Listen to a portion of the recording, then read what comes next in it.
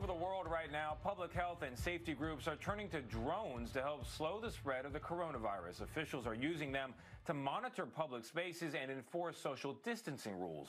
A recent study found that there are nearly 1,600 agencies in the U.S. who now have drones, and our Errol Barnett is in New York showing us how they're being used and also the privacy concerns.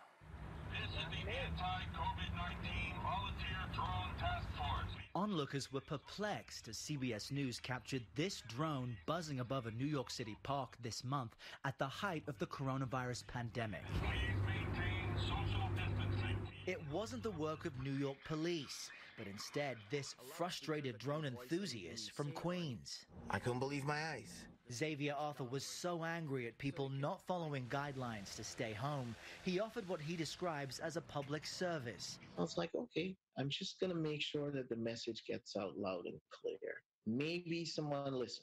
Arthur's effort may not have been official. This park is currently closed.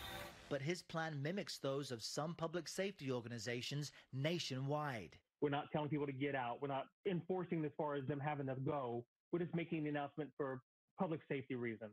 Sergeant Tim Ehrenkoffer's police department in Daytona Beach, Florida, is just one of 43 agencies in 22 states to receive a donation from DJI. The drone manufacturer gave away 100 devices as part of its disaster relief program.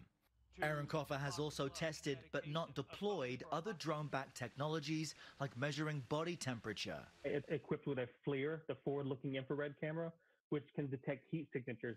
That technology was meant to be deployed in Connecticut, where the Westport Police Department planned to pilot a drone that monitored heat signatures and tracked distances between people. It could even recognize if someone coughed, but it was pulled over residents' privacy concerns.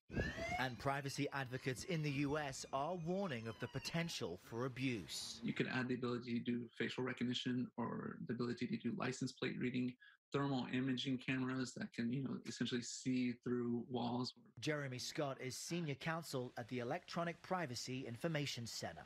Some people might say, look, these extreme measures are just for use during this pandemic. Why should we worry? Then there should be no issue with stating that in providing certain protections, saying this information is only being used in response to a public health issue and will not be used for other purposes.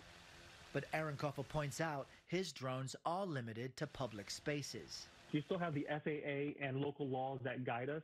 And it doesn't matter if I'm using a drone, a telescoping antenna, or if I'm flying a kite with a camera on it. I don't have a right to look in your backyard without a search warrant. And just because Now, current FAA guidelines require every single drone to be registered before it can take flight, and that regulation and registration dictates where and when it can be operated. But here's the thing.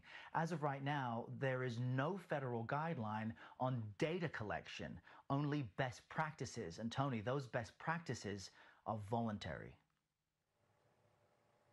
Yet another area in this pandemic where an appropriate balance has to be struck, but it can be hard to find. Errol, thank you very much.